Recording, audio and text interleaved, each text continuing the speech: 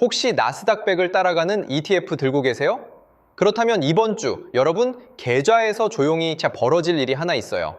그런데 똑같이 미국 지수를 담았어도 그게 나스닥백이냐 S&P 500이냐에 따라 운명이 갈립니다. 같은 미국 시장인데 왜 갈릴까요? 그리고 이 이벤트에 저는 어떻게 움직일지 끝까지 보시면 제 선택도 보여드릴게요.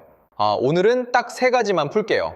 첫째, 7월 7일에 대체 무슨 일이 벌어지는가? 둘째, 왜 나스닥백은 사야 하고 S&P 500은 가만히 있어도 되는가? 셋째, 그래서 저는 어떻게 움직이는가? 세 번째가 오늘의 진짜 핵심이에요. 먼저 팩트부터요. 스페이스X가 7월 7일 개장 전에 나스닥백 지수에 공식 편입됩니다.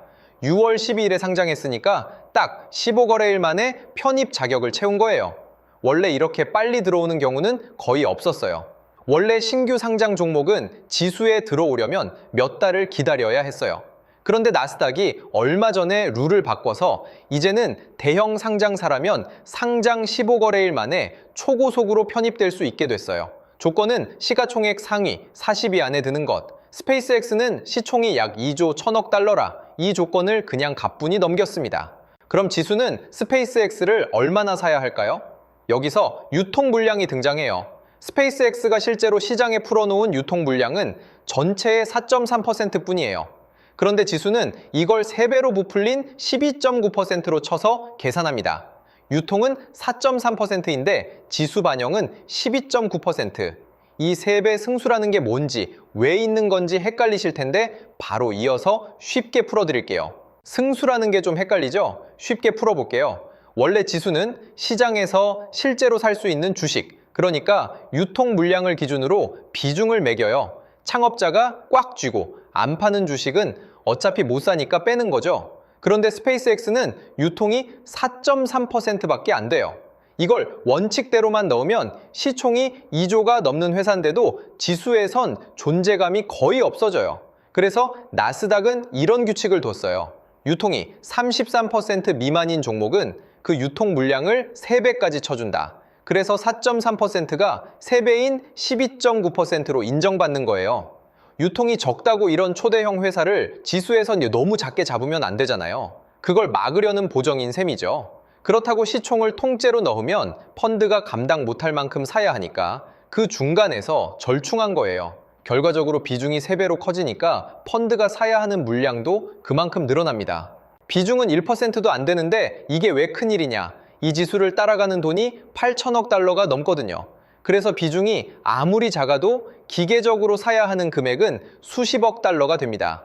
JP모건은 나스닥백 편입만으로 약 43억 달러가 스페이스X로 흘러 들어올 거라고 추정해요.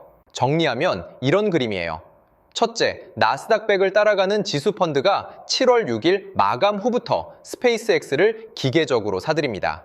둘째, 그 매수 자금은 M7, 그러니까 엔비디아, 애플, 마이크로소프트, 아마존, 알파벳을 비중만큼 조금씩 팔아서 마련해요. 셋째, 벌써 스페이스X 2배 레버리지 상품까지 나와서 이 편입에 베팅하는 뜨거운 돈도 붙고 있어요. 이런 과열 신호가 보인다는 것도 참고로 알아두세요. 그래서 핵심은 이거예요. 이번에 운명을 가르는 건 ETF 이름이 아니라 그 뒤에 있는 지수예요.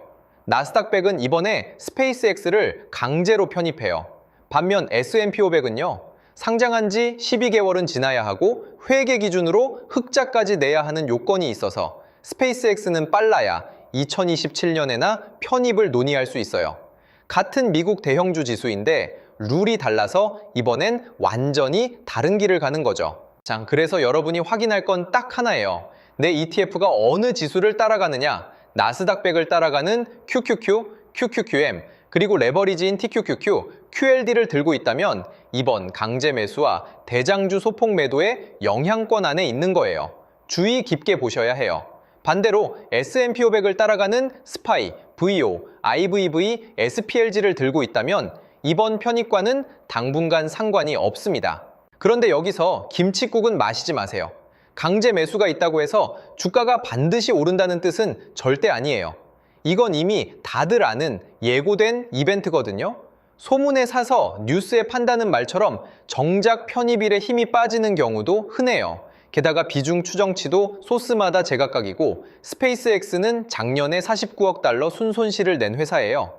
편입이 사업을 흑자로 바꿔주는 건 아니라는 거죠. 그래서 저는 어떻게 하냐면요. 저는 이 편입 이벤트에 단타로 베팅하지 않아요. 방금 말씀드렸듯이 방향을 예측하기가 너무 어렵거든요. 대신 저는 다른 데를 봐요. 나스닥 100이라는 지수의 성격 자체가 우주 기업까지 품으면서 조금씩 바뀌고 있다는 점이요. 제 나스닥 100 적립은 원래 하던 대로 그대로 갑니다. 흔들리는 이벤트 하나에 제 적립 리듬을 맞추진 않아요.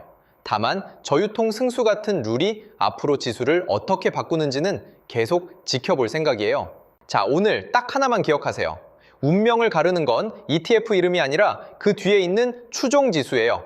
그래서 S&P 500 쪽이면 마음 편히 계셔도 되고 나스닥 100을 따라간다면 이번 주는 주의 깊게 보셔야 해요.